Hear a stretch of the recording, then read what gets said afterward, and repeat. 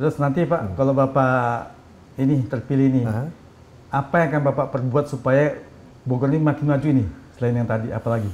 Ya, yang pertama begini, kita harus punya yang namanya ultimate goals-nya ya. Ujung-ujungnya itu apa sih? Ujung-ujungnya itu masyarakat sejahtera. Nah, sejahtera ini kan tentu diawali dengan insentif yang diberikan juga oleh pemerintah. Kemudahan berusaha misalnya, kemudahan akses lalu lintas atau akses kepada permodalan.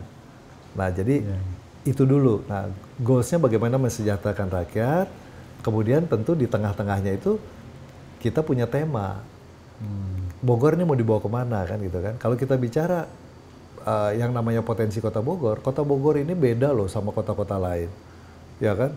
Mana ada kota di tengah-tengahnya ada kebun raya, hanya Bogor kan? Ada istana lagi ya? Ada istana pula, ya kan? Pohonnya banyak benar. Jadi tentu kita harus mempertahankan sampai kapanpun Bogor ini sebagai green city atau kota yang hijau.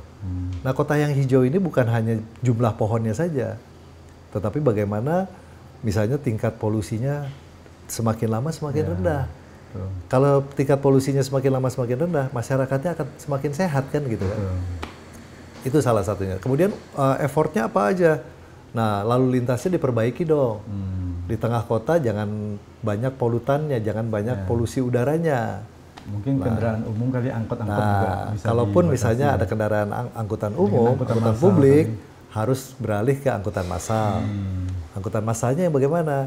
Yang mungkin yang energinya bukan energi fosil lagi, tetapi mungkin pakai energi yang lebih ramah lingkungan. Kemudian yang kedua, Bogor ini tadi saya sampaikan, Bogor ini banyak sekali lembaga-lembaga riset. Riset pertanian, perkebunan, bahkan perikanan, ada di Bogor semua.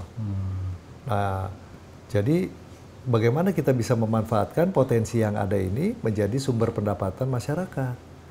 Ya, jadi sebagai pertama tadi Green City, kemudian Research City kan gitu kan, atau kota pendidikan.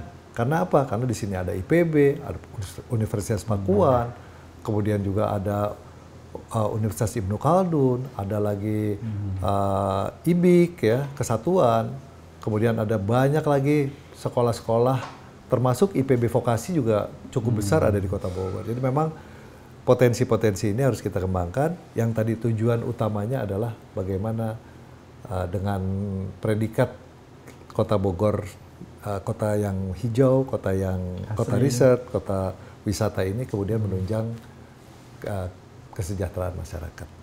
Kurang lebih itu.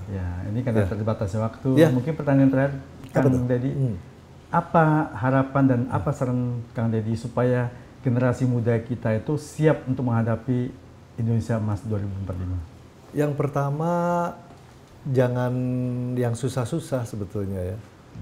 Yang pertama, yang harus generasi muda pegang itu adalah bagaimana mereka menjaga reputasi. Nomor satu itu. Jadi jangan ada hal-hal yang kemudian nantinya bisa merugikan nama baik kalau satu saat generasi muda punya kesempatan. Jadi contoh sederhana ya, kalau waktu SD pernah nyolong sendal, gitu kan, kalian nanti ketemu pada saat udah kerja, reunian sama teman-teman, predikat itu nggak akan hilang. Oh, si A itu tukang nyolong sendal kan gitu kan. Nah, bagaimana reputasi itu dibangun? Menjaga nama baik ya. Menjaga nama baik, menjaga nama baik diri, menjaga nama baik keluarga. Itu yang paling penting. Jadi jangankan nyolong sendal, apalagi nanti urusannya narkoba, apalagi urusannya tawuran, ya apalagi urusannya sampai ke kriminal. Kan itu yang harus kita jaga. Yang kedua, cintai apa yang kalian minati dan kalian kuasai kan gitu kan. Jadi nggak usah pengen ahli di semua bidang. Kalian ahli di bidang fotografi, jalanin itu aja sampai dengan kalian ahli. Orang-orang mungkin menjadikan kalian itu sebagai tempat bertanya misalnya. Sebagai pakarnya. Ya, sebagai pakarnya. Dan yang tentu yang paling penting adalah konsisten kan begitu kan. Jangan baru ahli di bidang ini belum terlalu ngetop, udah pindah lagi kan gitu kan. Nah, jadi hal-hal sederhana sebetulnya. Jadi artinya menjaga reputasi, kemudian juga terus mendalami apa yang kalian minati, apa yang kalian kuasai, dan tentunya tadi jangan lupa ditambah dengan ilmu akademis yang cukup ya. Jadi biar nanti teori dan skillnya juga bagus. Betul. Ya? Jadi memang nggak cukup memang misalnya gini, saya ahli fotografi tapi saya SMA aja nggak cukup. Jadi memang semakin tinggi ya tentu penghargaan akan lebih mudah kalian dapat kan gitu kan. Saya pikir itu ya hal-hal sederhana. Mungkin juga karakter juga harus bagus. Tentu di luar itu kita minta sama Tuhan Yang Maha Esa, Allah Subhanahu Wa Taala, berdoa, ditambah bagaimana kalian menjadi pribadi-pribadi hebat yang punya karakter berintegritas kan gitu ya. Apa sih berintegritas? Ya pertama misalnya jujur, kemudian punya kepedulian, juga mandiri, ya. Kemudian harus ada disiplinnya juga kan gitu kan. Bertanggung jawab. Ya, jadi memang contohnya gini, dari riset katanya ya.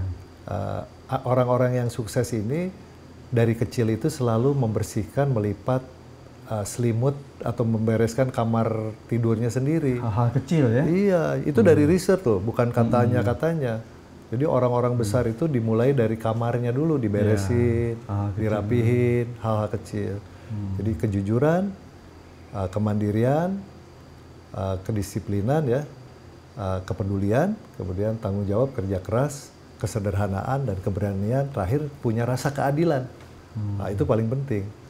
Kalau kalian semena-mena, ya nggak peduli, kemudian nggak adil, orang juga nggak akan pernah sayang sama kita kan gitu kan.